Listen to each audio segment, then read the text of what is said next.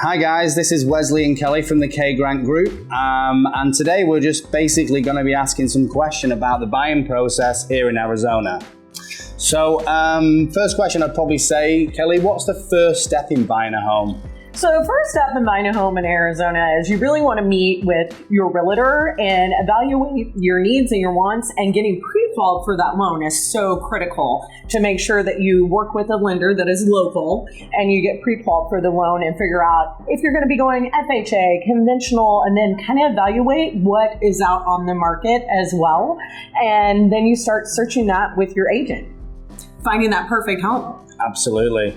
I agree. And in terms of what people talk about with deposit and earnest money, what's the difference in them and what are they? So when we're talking about earnest money, that is a part of the negotiation process of your purchase contract. That is usually 1 to 3% of your purchase price. So let's say that there's a house that you found for $500,000. You would be looking at putting a minimum of $5,000 down, all the way up to $10,000, and then that would come off of your down payment. So let's say your down payment is going to be 20%. That $10,000 would come out of your down payment when you go to closing for your amount of money. And so that's just something that with the earnest money is something that comes out up front, right? So that is what kind of opens up the actual process of getting your contract and escrow open up at the title company.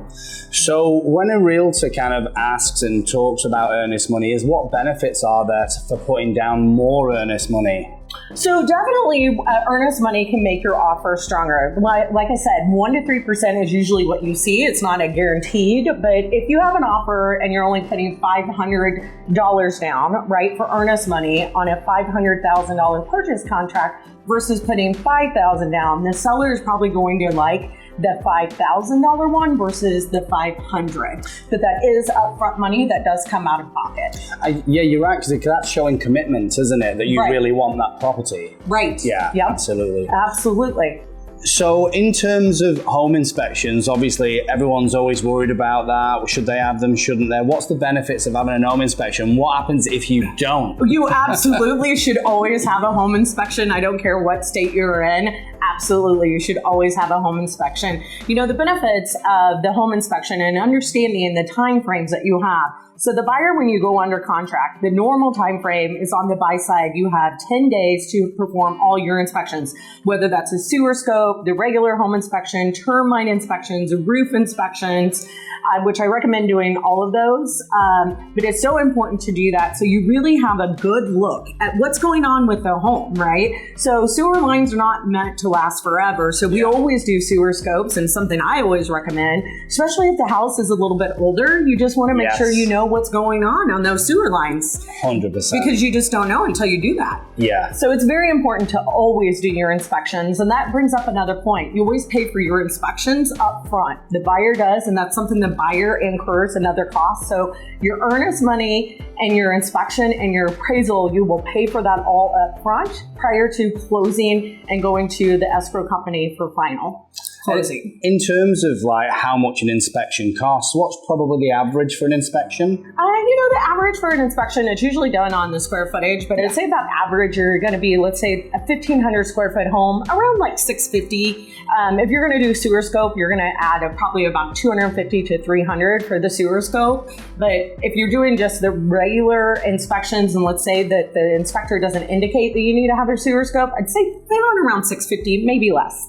Worth it though. Absolutely. The beautiful thing about getting an inspection is you totally get an accurate picture of what that house may need done in the future. It's kind of like your to-do list through your duration of owning the property. Yeah. And that becomes another negotiation piece, because once we hit that 10 days, then we go to the seller and we say, hey, Mr. Seller or Mrs. Seller, we would like to have these amount of repairs done. Or sometimes we ask for a credit as well during that process.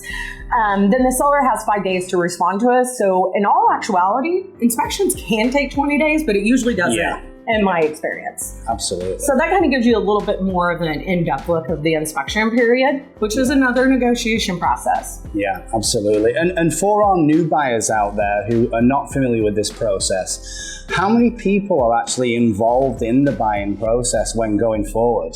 And that's a really great question. I'm so glad you asked me that, Wesley. There are several people that are involved in your transaction. So you're going to have your realtor. They're going to be the person that you're in the main contact with. But then you're also going to have your lender. You're going to have your inspector that you work with. And then you're also going to have the title person, which is the escrow officer at the title company. And then your lender is going to assign an appraiser for the loan as well to appraise the property. So you have several people that are involved in the transaction process, but your realtor will be the main point of contact. But it takes all of these people to actually get the transaction closed out for you. So we're always working with you to make sure, and working with all the other points of contact to make sure that we get you closed on time, and it's a smooth process for you on the buy side as well.